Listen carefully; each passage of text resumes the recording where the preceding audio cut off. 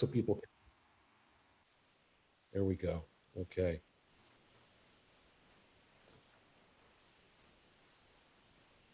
So question, can you all still see me? Yes?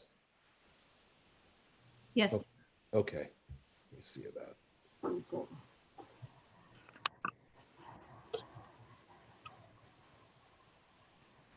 Okay. Is my square removed or I'm still listed? I Yes? can still see your square. Okay. Let me see if I can get rid of that.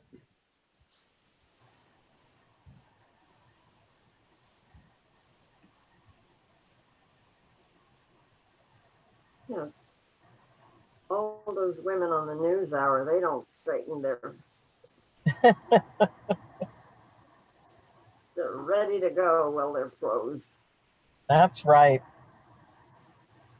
Dr. Gallagher, did you grow up in Los Angeles? Actually, I grew up in Southern California. I was born and spent the first 13 years of my life in Santa Ana. And then my parents moved to Riverside. But I did my undergraduate, well, I did all my degrees in Southern California. I went to Cal Poly Pomona as an undergrad, Pepperdine for my master's, and Claremont for my PhD. And I moved away from Southern California for about 9 years and came back. So, and I actually live right down the street from LA City College. It's my community and it is an amazing place. I love it. Yes. Well, Yes. I used to live in Silver Lake Oh, yes. during my wild years between marriages. And you know, I was what we call a weekend hippie. You know, I was teaching very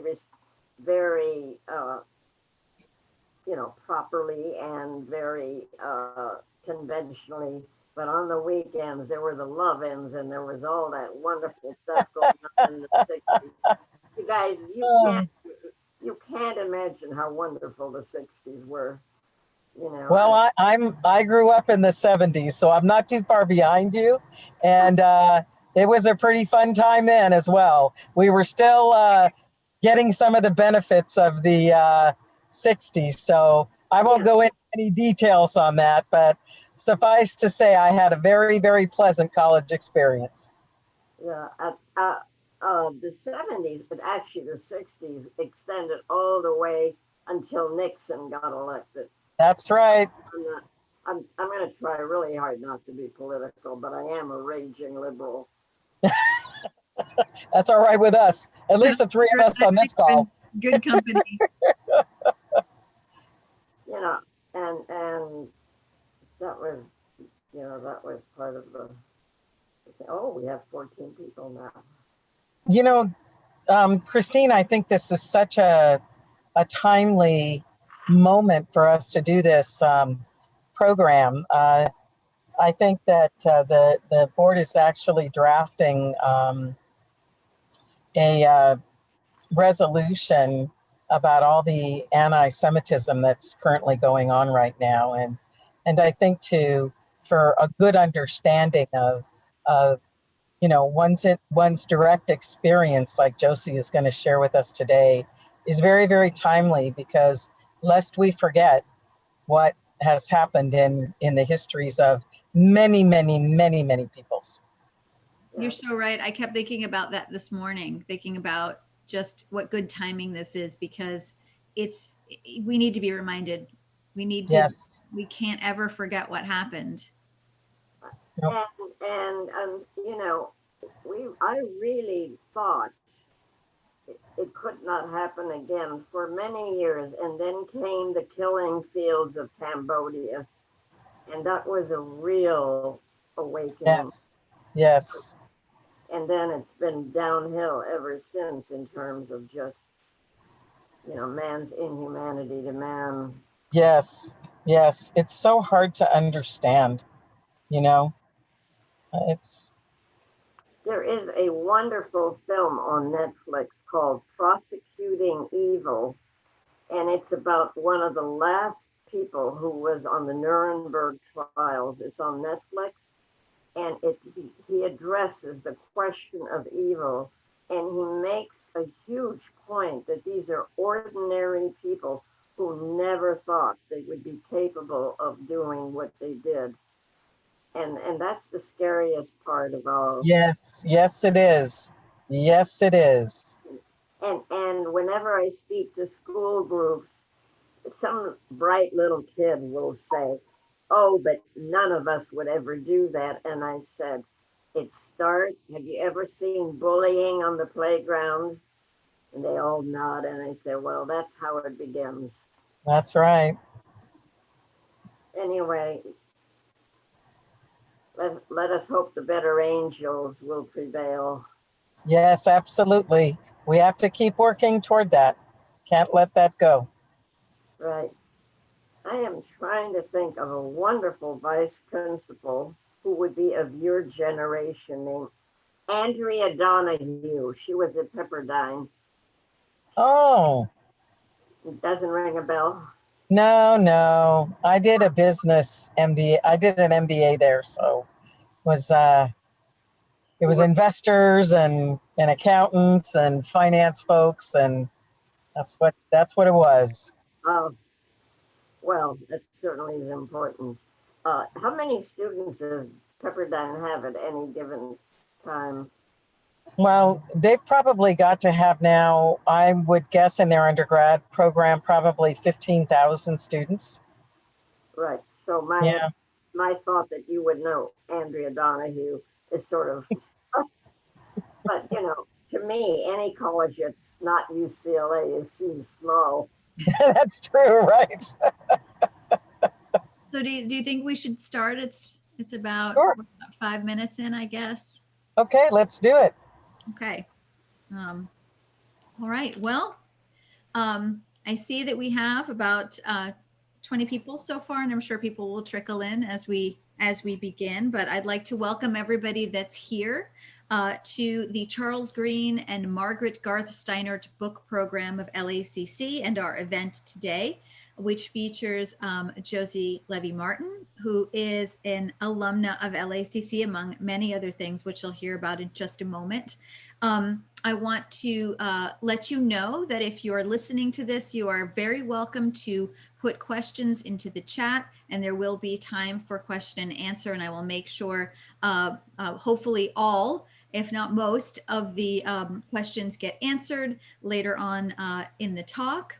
But I want to introduce, first of all, I also want to thank the LACC Foundation for making this possible. We have what I think is the world's greatest foundation helping our students. The people who work there are just the best. So I want to say a special thank you to Kevin Brown for putting this together and for introducing Josie to us.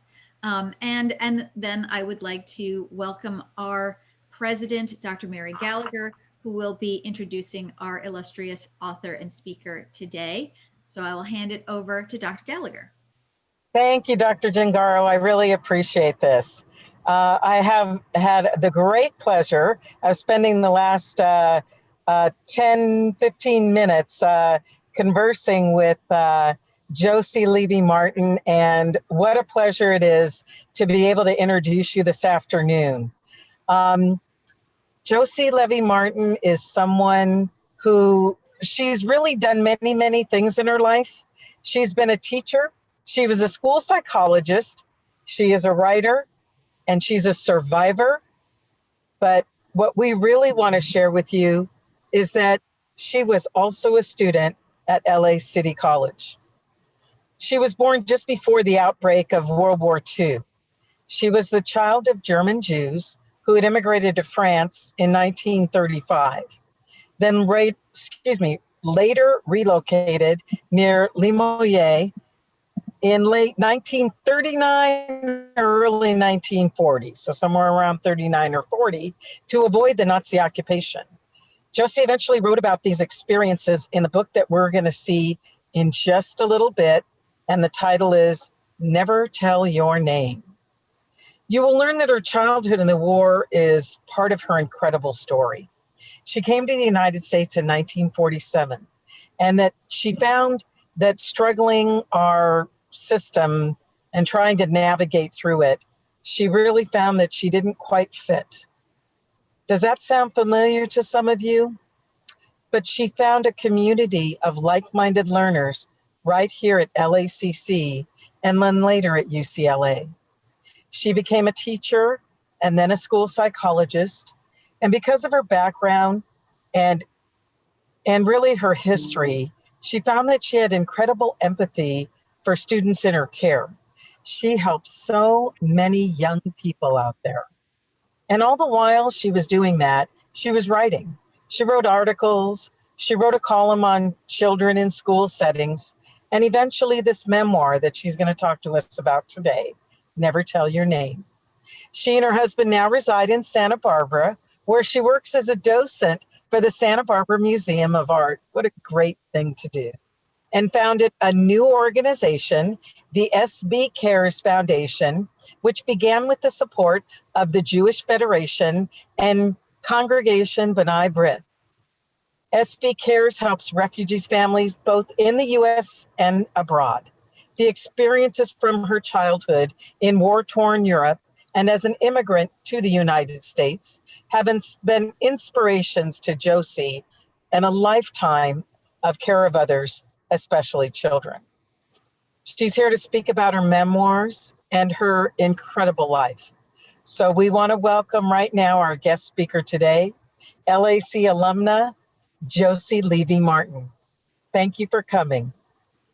Well, I don't know if I can live up to all of that. Thank you so much for having me and for this wonderful introduction. I want to take a few minutes to talk about Los Angeles City College and how much it meant to me. We arrived to the United States in 1947, and we actually settled briefly with my uncle and aunt in Huntington Park, you know, the crowded house, and my mother was pregnant, which is so typical of immigrants, although it, you know, I only had the one sibling, my brother. And eventually we moved to Southgate, which was a very hard working class community and tremendously engaged in the sports. Hank Williams, the music of the 50s, whereas my parents, being from Germany originally, you know, they listened to Beethoven and Brahms, and they were not highly educated, but they certainly would be considered cultured. And at Southgate High School, which was a very warm and friendly atmosphere, but culture wasn't what it was about. Uh, you know, the culture was really about winning in sports. And I like to tell that the last 2 years that I was at Southgate High School, we won the baseball, football, and basketball championships citywide. So, you know, you can imagine how important those things were. I remember sitting in my algebra class, and Mr. McCartan would start always with the scores from the various teams of the weekends and so on. So when I graduated, I was keen to go to university. My parents were not all that much in favor. You know, like so many immigrant parents, they worried that I would be able to support myself and so forth. And so I think my mother would have liked it if I would have become a secretary, except I was absolutely not secretary material. And so City College, I had a boyfriend at the time who went to City College, and it really sounded great. So I took 2 buses and then met the carpool and then would get to LACC. February of 1957, because back in that time, LA Unified Schools had the split semester system. And I felt like I landed in heaven. There were these marvelous professors. I had Helen Heath, who was an Oxford scholar, who was the world expert on Samuel Pepys letters. I had Dr. Sam Harmon for psychology. I think his name was Frank Hearn for history. And they made everything come to life as if you couldn't possibly leave their class without taking something from there that really mattered. So I found the kind of people that I related to much more than before. And I felt like, this is the world that I really want to be a part of. And so for 2 years, I went to City College. I would go back on the bus to Liberty Elementary School, where I worked on the playground after school. And then I would take another bus to get home. And, it all, when I look back, I wonder how I did it. But, that's what kids did. And that's what a lot of students are doing now, somehow making it work. And I have remained friends with some of the professors. Unfortunately, being 82, you can imagine none of them are still living. But I formed relationships with people that I am still friends with. One of the most thrilling things was the theater department, and I think Professor Blunt was the head of it.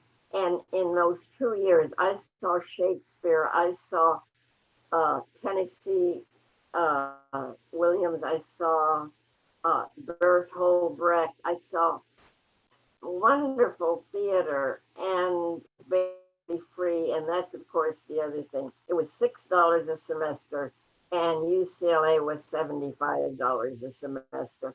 And I never start a conversation with a presentation without emphasizing how far from that ideal we have fallen. So that's all I'm going to say about my feelings regarding making the students be the payers, the ones who have to go into debt in order to get a higher education. So as to never tell your name, I was a hidden child during World War II. The term hidden child didn't even come into being until 1990. For most of my life, I didn't want much to do with that my history.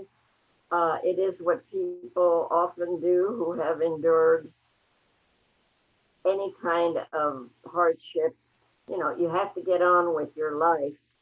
I joined I was always very, very happy as a writer. And I must say, at Southgate High School, I did receive some encouragement. I remember turning in an essay and saying, well, to the teacher when he called me in after school and said, this is really good. And I said, oh, yeah, but, the usual kind of the modesty that we're supposed to have. At City College, I had several professors who also praised my writing. And I did a great deal of writing on educational journals, which can just about ruin your writing style. But eventually, I joined a writing group in the 80s with the wonderful poet Helly Prado, who taught a workshop. And every Tuesday morning, we would gather, and I began to write essays and stories, and I would bring in columns that I was doing for the Larchmont Chronicle, which is in Hancock Park where we were living. And ultimately, people would say, so why are you writing about children? Why aren't you writing your own story? And it was always the same thing. It was, well, Anne Frank has done it, and you can't surpass that. And indeed, had she lived, she would have been probably Pulitzer Prize winner, or, you know, she was a remarkable writer at a very, very young age. So, Never Tell Your Name is about the fact that my parents had to give me up at 1944 as the Germans no, were coming up from North Africa towards Normandy. And Normandy, of course, you know, was where ultimately their back was broken.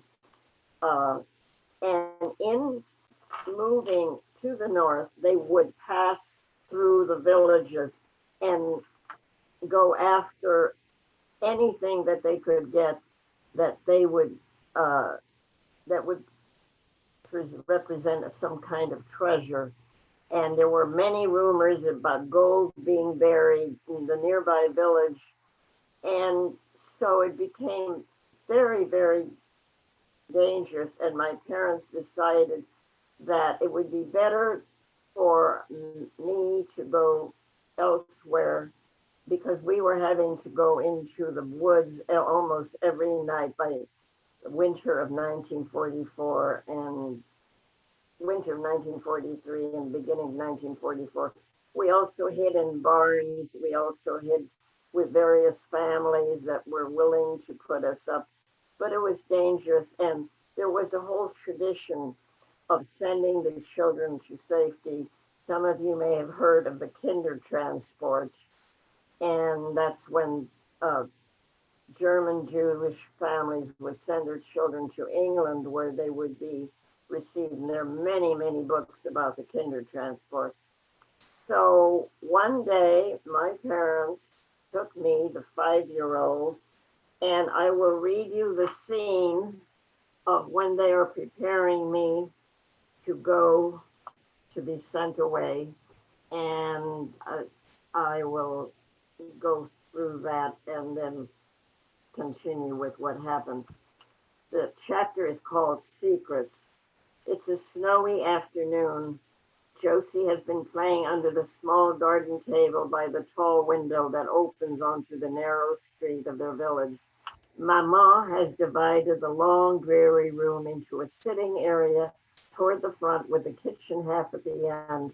It holds the heavy wood-burning stove and a walnut armoire in which odd, unmatched dishes, crocks, a few pots and tins. The front is where visitors sit. She's not allowed to play there except under the table. They sleep in a small, dark, adjoining room. Josie hides in place for hours under the thin white tablecloth that drapes the little round table. It's her special place where her one rag doll, Gigi, with purple yarn hair, comes to life. Under that table, she and Jacqueline turn into queens, princesses, wicked stepmothers, and lost children.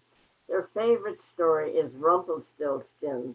They invent dozens of names for the queen to guess, like cow ribs, spindle shanks, spider legs. Anything is possible under the table. It is enchanted, and nobody else is allowed. It's their place to tell secrets. Jacqueline told a secret of the baby sister who died before she was born. She's an angel watching over us right now. Josie has no such big secret as a dead sister, so she had to make one up. She announced that she'd seen a stork flying overhead, carrying a baby wrapped in a soft cloth in its beak on the night that the Maréchal's baby was born. Jacqueline is 8, says storks don't really bring babies, but when Josie challenged her to tell where do babies come from, Jacqueline said nothing and just stared at her a long time in her superior older way. Josie did not know that she was to become the keeper of a very big secret that would perhaps save her life. The snow falls steadily. Her parents call her to come and sit at the long oak kitchen table where they eat, and where all grown-up conversation takes place. She looks up into their faces and feels something coming that she won't want to know. Maybe Grand-mère was sick again. Maman's been crying. It is the first of several talks that follow one after the other. Josie line, Papa begins, using the affectionate form of her German name from when she had been smaller. Josie line, and he puts his arm around Maman's trembling shoulders. I think it would be better. I think maybe, perhaps you will have to go away for a while, Papa begins. To stay at Madame Lagarde's farm like before Noel? She asks eagerly. She loved it when she and Maman would visit the farm with all the good food and the animals, especially their puppy dog, Mussolini. The Lagarde family named the dog Mussolini because they acquired him on the day that Mussolini was assassinated. No, ma petite, not the farm. Why not? A long silence follows this question.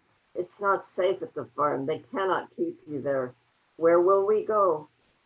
She asked in a choked voice. To a convent school where there are other little girls like you. You mean where the nuns live behind the church on the Rue de... No, not here in Montblanc, but where there are girls, and you will have many friends there. But I have friends here. I have Jacqueline, she interrupts. Maman tries to help explain. Her voice sticks, caught deep down inside. Then she coughs, takes a big breath, and goes on. It is a convent, like where children go to school in the day, and they all sleep together at night, all under the same roof. It will be fun to have so many girls living together. You will be like sisters. And you will be there too, Josie insists. There's another long pause. The child holds her breath. No, chérie, Maman and I cannot stay there. It's only for little girls. Then I won't go if you aren't coming with me. And she walks away and returns to Gigi and her pretend companions under the little table and sings them to sleep. Nothing more is said. The next morning, she sees Maman take a stack of freshly ironed underwear and sets them in the small maroon valise that Papa used to take when he traveled to Angoulême. Why are you doing that? My shirts and pants go in the bottom drawer of the old dresser, she shouts at her mother. Listen, chérie, listen, Maman begins. Put my clothes in the drawer, she insists, and rushes at the suitcase as if to attack it. Maman takes the girl in her arms. Remember what Papa said Sunday about the convent where you will live? She shakes her head violently and struggles away. She wants to run, but Maman holds her to her shaking body. And then Josie hears her sob and feels the heaving of her chest. Maman's face is wet, and the child knows it's true. And this is in italics. Why, Maman, why are you sending me away? And as a school psychologist, I have to say that every child who's ever been sent, even to summer camp, has the possibilities of feeling like there's something that they did wrong to precipitate such an action. That evening, Papa announces cheerfully, Josie Lang, you are to have a new name when you live at the convent. I won't be me anymore. That terrible feeling as if her stomach would melt into nothing and her mouth dry as flannel. Of course, you will be Josie, but then I can stay here and I don't have to go away, she insists. Father heaves a deep, sorrowful sigh. It's all arranged. It will be best for you. It will be safer with other little girls. His voice sounds uncertain, and it will be just for a little while until, again, that wavering sound to his voice. Your new name, Maman begins, your new last name will be Lore, not Levy anymore. She mouths Lore silently, remembering Rumpelstiltskin and the rooms full of gold that the miller's daughter had to spin for the king. Won't that be lovely? Listen, Josie Lore.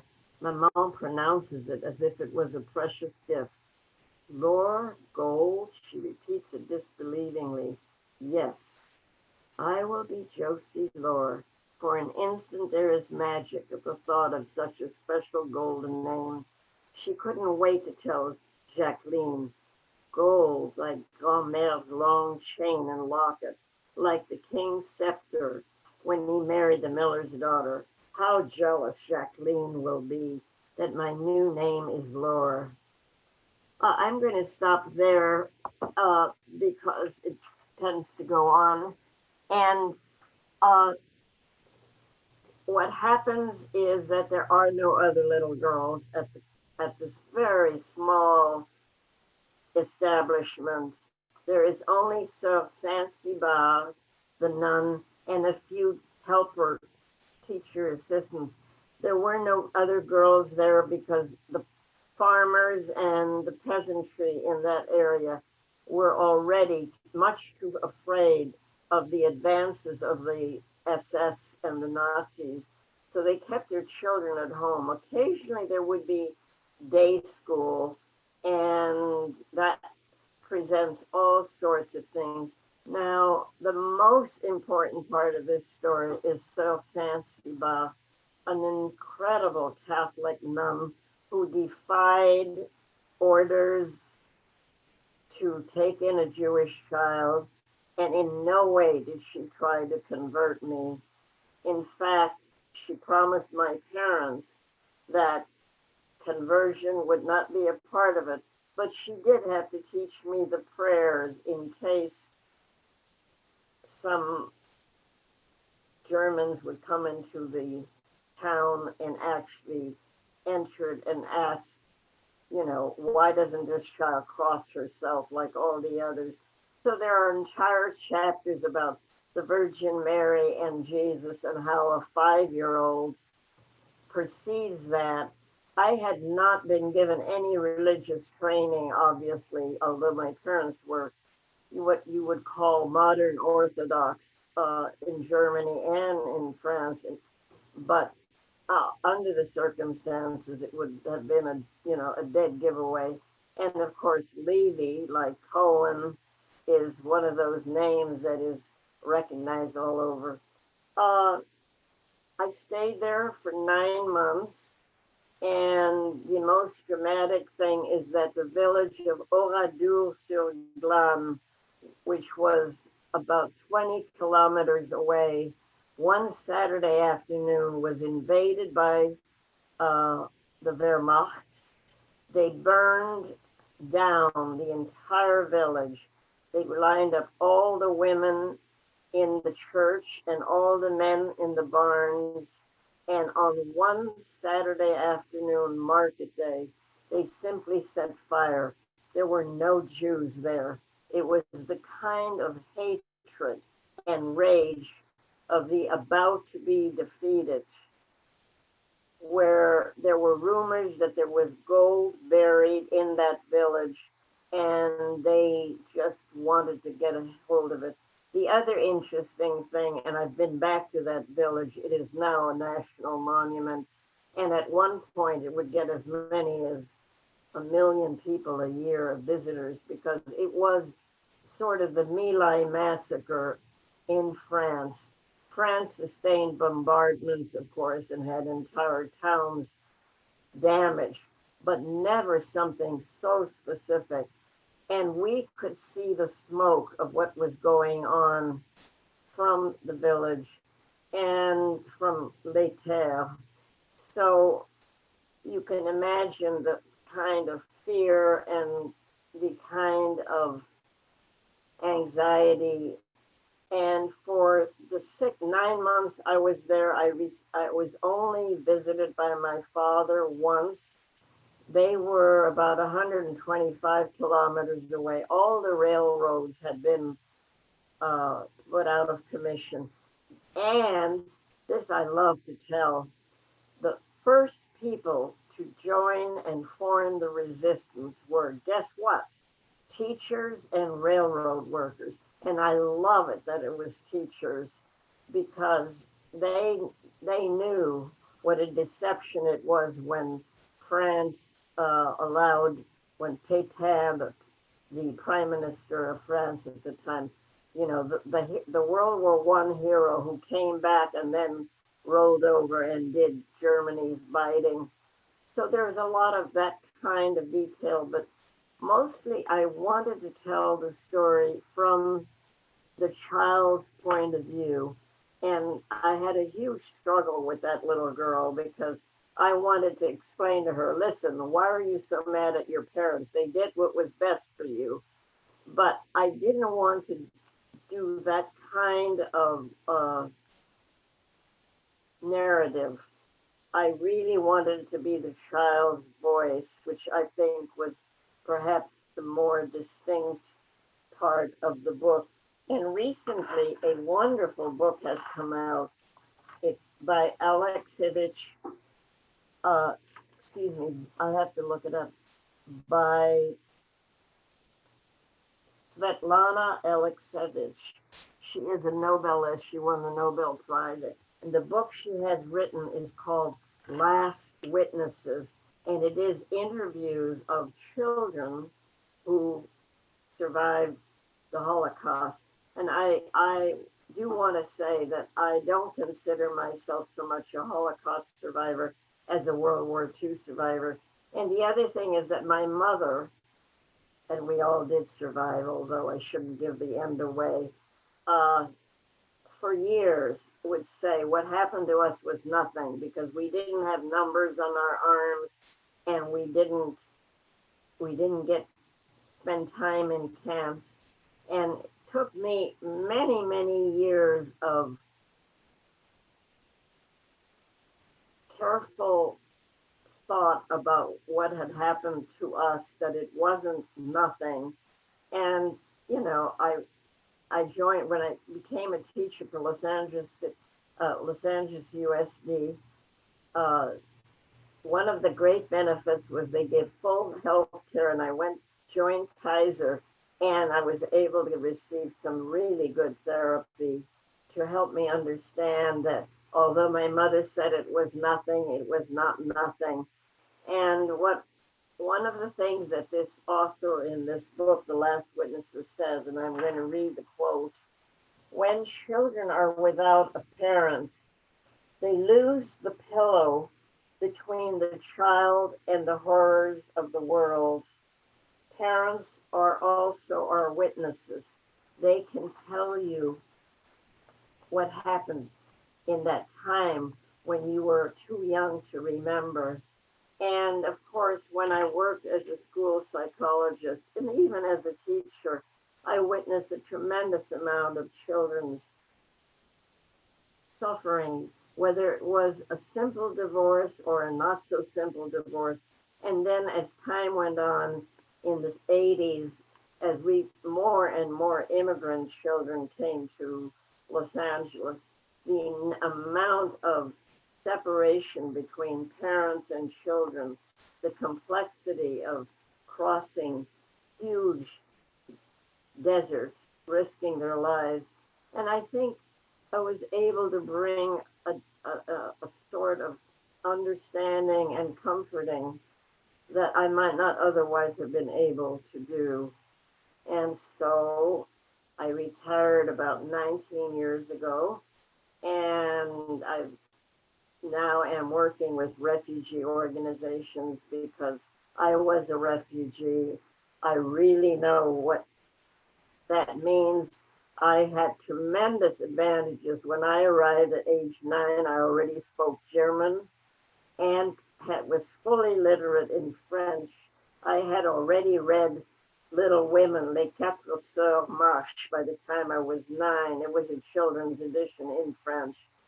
So, you know, I learned English very, very quickly. And then I had to become the family translator, which is something that so many LA City College students have experienced over and over again, that the children learn the language much sooner, and then they have to become sort of the parents. And so I hope that my story will in some way be of a comfort, but also an inspiration, because Sœur Saint-Cybar was anything but a maternal figure. She was strict, she was tough, and she was absolutely for justice and for uh, humanity. I went back many years later and discovered she was absolutely heroic, not just in what she did for me, but she took in handicapped children to come to school, even though there were no such programs. And in fact, we didn't have such programs in the US until late 60s and 70s. She put on theater plays at her whatever school she worked in. She celebrated the arts. And I like to think that in some small way, even as a 5.5-year-old, that I acquired a great deal of modeling, I hope, uh, and inspiration from Sir Saint-Cybar. So, By the way, she's an inspirational figure in the book. I just wanted to pop in here, and I wondered if you'd be willing to take some questions. sure. Okay, let me start with an easy one, which is how did you and your family come to relocate in Los Angeles? Why here? Right. Oh, good question. Unlike most people, after World War II, no one wanted the Jews, uh, the ones that had survived. Fortunately, we were French citizens because my father had French nationality, even though he grew up in Germany. So my mother's brother married the niece of Carl Laemmle. You've all heard of the Laemmle theaters? Well, Carl Laemmle is the other branch. He founded Universal Studios. The Laemmle Foundation brought hundreds of Jews over before the war, almost the entire village of Laubheim. He was a most remarkable man who died in 1937. There are some wonderful films about Carl Laemmle, documentaries. And my aunt approached her cousin, Rosabelle Laemmle, and said, hey, we have some people that we want to bring over, my husband's family. And so they sponsored us. And this is what I am always telling whoever I speak with.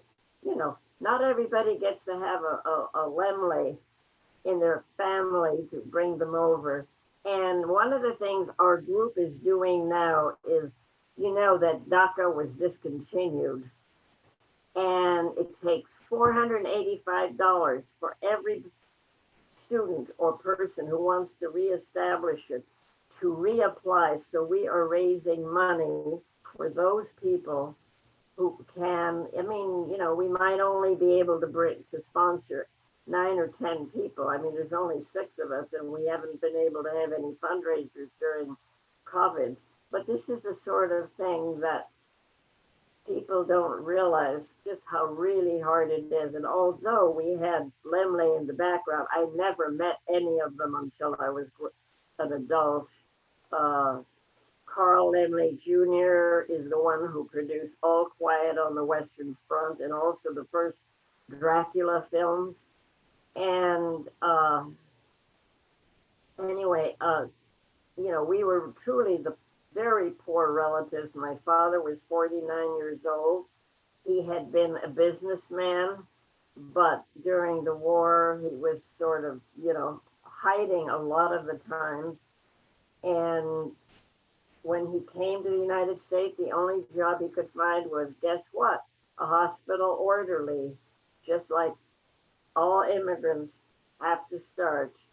And he never did find a solid footing vocationally, but to Germany's great credit, my father was entitled to compensation because he had lived in Germany and worked in Germany from age 16 until 35.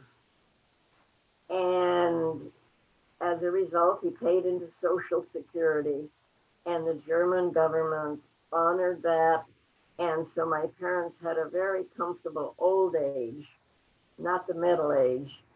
And they were damaged people, as people are who go through wars. Like they both lived through World War One as children, and then World War Two. You know, it's, you bring up your parents, and you said something earlier, and you write about this in the book too, this idea of saying it was nothing. It was nothing. You know, we made it through. Let's not even dwell on it. Hillary Elliott asks, did your mother ever realize that what you went through wasn't nothing, or did she hold that sentiment her whole life? Did you discuss this with her after your realization? Uh,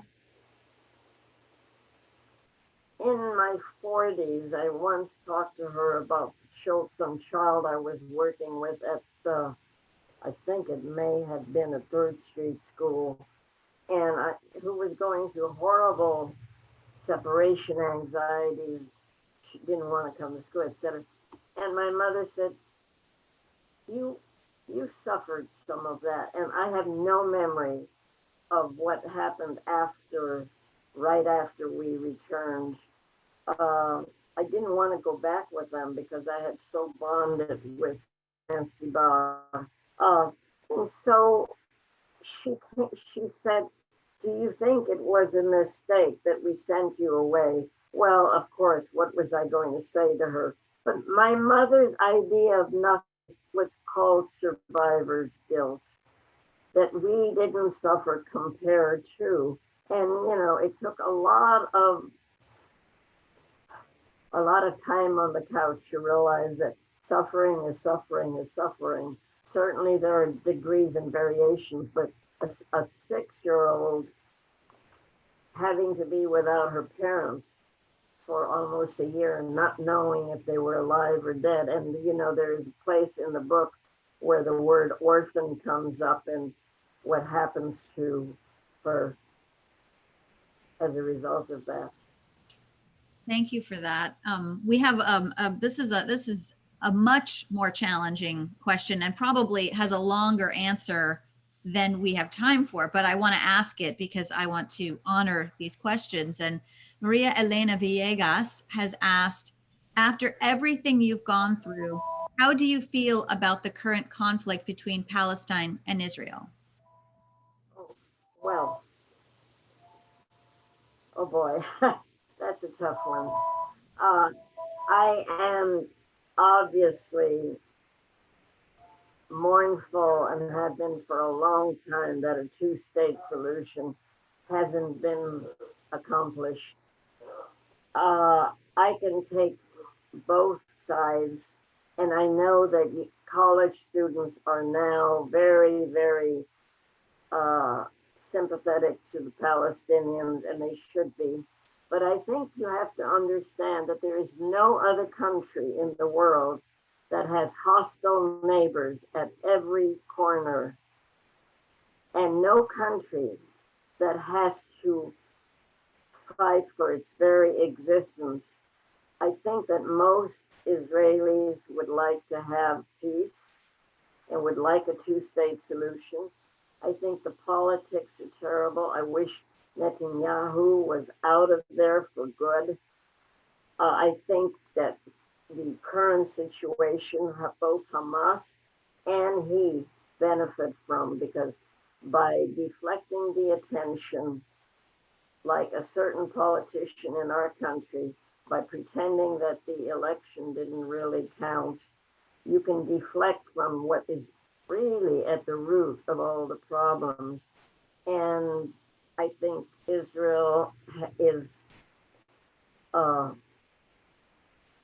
no different from most countries, full of its politicians, its good guys and its bad guys, but has had the additional burden of having to constantly defend its very existence. And of course, it can be argued that they took away the land. Well, in fact, Jews have lived in Palestine since time immemorial. I mean, we can debate that until the cows come home. The reality is the Jews had nowhere to go at the end of World War II. The only place that they could get to is Palestine. And so it went. That's I think you handled that very, very beautifully, because it is an incredibly complex situation. It's certainly not a short answer question. So let me ask you about Elizabeth Luna sort of asks two questions.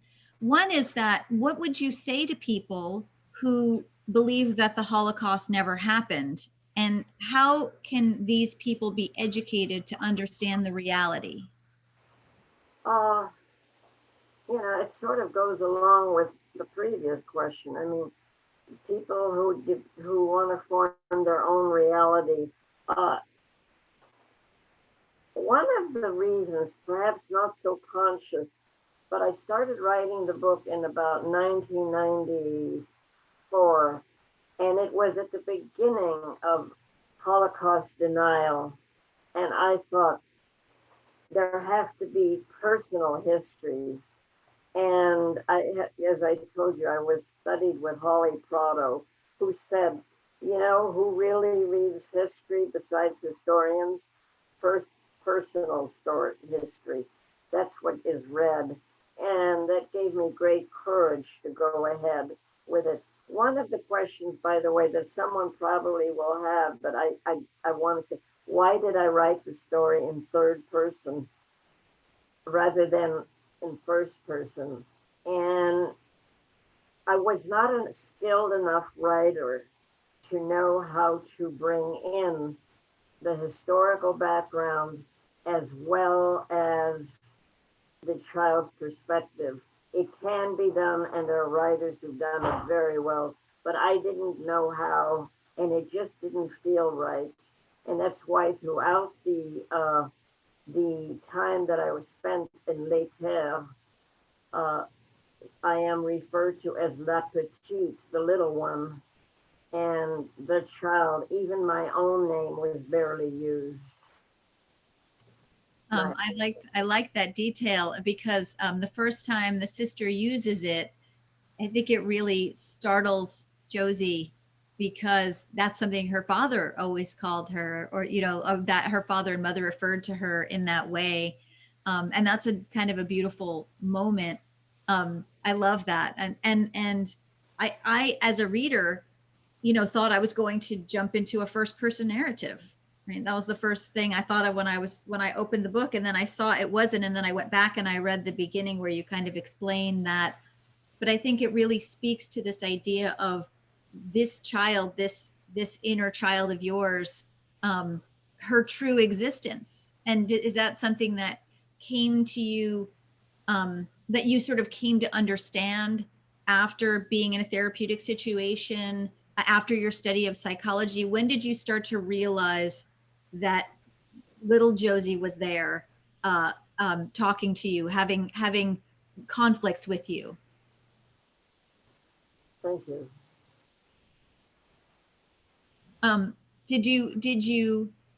Did it take you a while to realize that little Josie was sort of a real thing for you? It was real all along. And one of the reasons is that my mother was a great storyteller. And unlike so many families that sustained terrible events, and my mother did not, it was not a secret in our house. And can't, I belong to a child survivor group. Uh, and so many of the people of my generation would say we were never allowed to talk about it. It was as if somehow it would poison the present. And of course, it can be that way.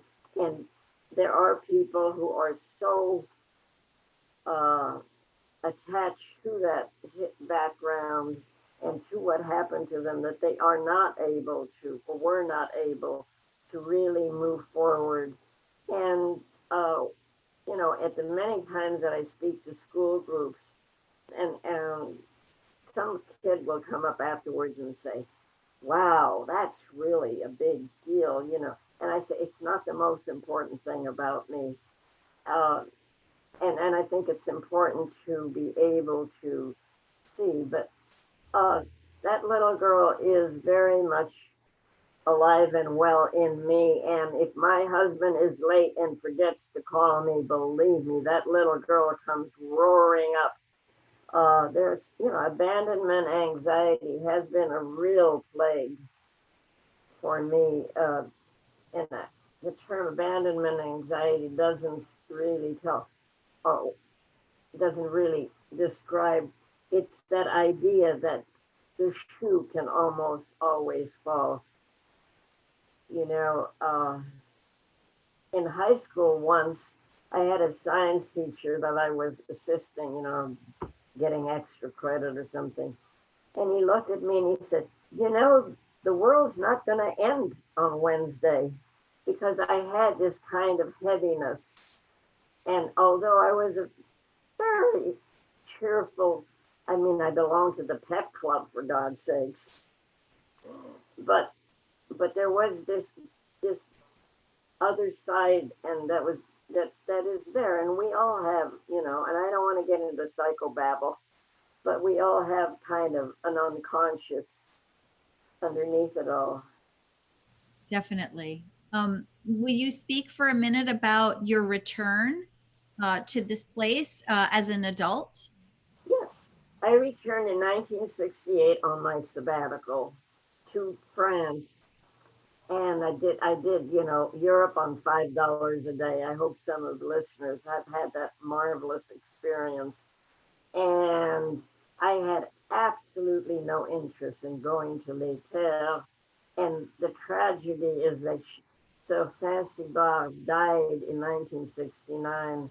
I could have gone back, but I was 29 years old. I was single, and I was just having a wonderful time. I mean, I must have gone, I spent an entire summer at the Louvre Museum, because the Cours de Civilisation, and that's the other thing, 1968 was that year when the entire country shut down, when the unions all brought France down to its knees. The hippies really had the upper hand for a while. And so I got to be there during that time, which was exciting of itself. I also went to Germany. I also went to other countries, but I did not go back to Les Terres until 1999, when I had already begun to do the book. And then I really had to find out if all of my memories were real. And I walked into the city hall. This is a really small village. Am I going overtime? No, you're fine. We have 5 more minutes. Okay. So I walk into the hall, and a woman there, and I tell her who I am. And they had some advance notice, because a friend of mine had been there and mentioned that I would be coming and that I was writing a book. And first thing I said is, "Did you know Sir Saint-Cybar?" And she said, "Oh la la," making that, that stern woman. And it was so relieving to me, because there's a part of you that, children's memories are very malleable. And I thought, maybe I made it all up. But, I got a lot of confirmation. And then the book was translated into French. And I had by a big regional publisher, and I had a book tour, and I spoke to French high school kids in English, and then I had a translator. My German is good, but my French fell away, because when we got to Los Angeles, all the family was German, and so French sort of dropped out, I'm sorry to say. Well, we can't hold on to everything. How about one more question, and that is, can you tell us about your family's reaction to this book? Your son, your husband, what do they think about it? Your family, your son, your husband, what do they think about this book? Oh, yes, well, my son is very funny, and so in fact, I invited him to join this and he couldn't. Uh, he has a very strong respect for what happened to us. And he adored my parents. They were wonderful grandparents. They were able to give him all the, as grandparents do, everything that you couldn't do with your own kid. And he is, like me, a very politically liberal person. He does a great deal of service. He and his wife, they help the homeless. They live in Highland Park, near Silver Lake.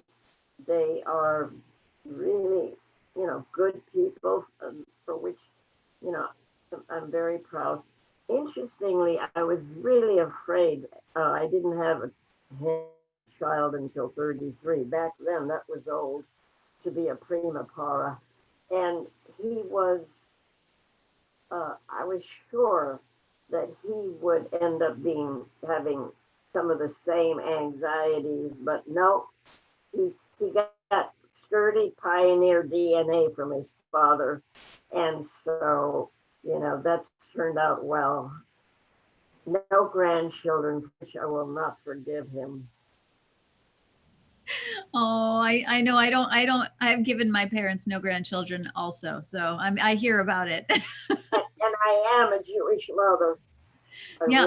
Really, We're Italian Catholics. It's very similar. So, and the Chinese mothers. And oh yes, so the ones who do the guilt the best. I really want to say thank you to all the people who joined in on this. It's really a pleasure. And I am thrilled that I am now going to look much more to LACC in the will than I would than to UCLA, which has plenty of money. And I didn't like being there anyway. And, to me, LACC represents the very best that we can give our young people. The fact that someone like Helen, who could have taught anywhere, as I said, a world scholar, and I said to her, we became friends. I said, why did you not go? You could have taught anywhere. She said, yes, but not too many of City College students would get to meet someone like me. And I think that's more important than publishing and perishing. It is. Is that still a term, publish or perish? Very much is, yes.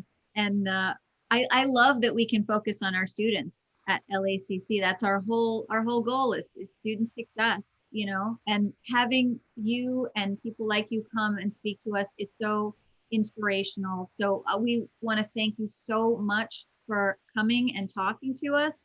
I noticed that there's one of my fellow professors, Helena McKibben, wants to get in touch with you. And I think Kevin's going to take care of that so you guys can be connected. And I just want to say how much I enjoyed this book.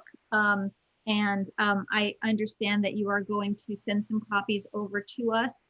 And if you're interested in one of those, please email me. I'll put my email in the chat. I want to thank you again for coming by. Thank you for speaking with us. Yes, and I hope to meet with you again. And I really thank all of you for making this possible. Thank you so much. I want to thank everyone for coming and have a wonderful day. If you have further questions, you can email myself or Kevin, and we'll make sure that we can be in touch. Special thanks to Kevin and to Dr. Gallagher. Bye-bye. Yes, thank you so much to everyone. Have a wonderful day, everybody.